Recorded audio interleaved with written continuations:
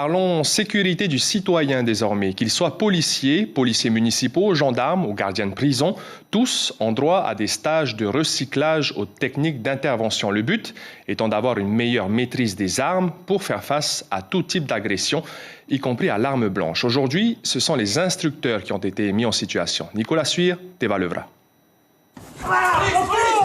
Un individu agressé au couteau, les forces de police interviennent en équipe et armées de leurs bâtons de défense, car c'est tout ce dont elles disposent. Maîtriser un individu fait partie des connaissances à acquérir durant ce stage dédié aux forces de l'ordre. Des gendarmes, eux, pourraient faire usage de leur arme à feu face à un tel individu, mais seulement en dernier recours.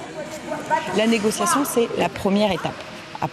À moins, évidemment, que la personne elle soit déjà en train d'avancer sur quelqu'un. Et à ce moment-là, là, on n'a pas le choix. Il va falloir tout de suite déployer la force. Mais avant d'utiliser la force, bien souvent, on a cette étape de négociation où, entre collègues, il va falloir comprendre ce qui se passe, mais comprendre très vite pour avoir la bonne attitude, les bons gestes.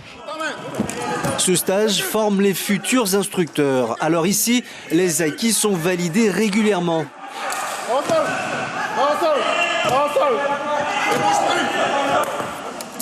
Par exemple, c'est la 6e fois que ce policier municipal y participe. C'est une bonne chose pour me mémoriser encore. C'est du travail. C'est pas facile quand tu es sur le terrain. C'est pas facile, c'est pas la même chose. Les stagiaires sont appelés en toutes circonstances à négocier avant de faire usage de la force. Et surtout, ils sont formés à son utilisation pour éviter que la situation ne s'envenime. Même sur un simple monotage, on peut avoir quelqu'un qui peut se laisser faire, il coopère, il sait se faire. Si l'opérateur ne s'est pas entraîné, n'a pas drillé, il va avoir un geste qui va être saccadé, qui va être brutal. Et là, du coup, celui qui se laisse menotter ne va plus vouloir. En général, qu'est-ce qui se passe? Les diplômes reçus à l'issue de cette formation sont de niveau international.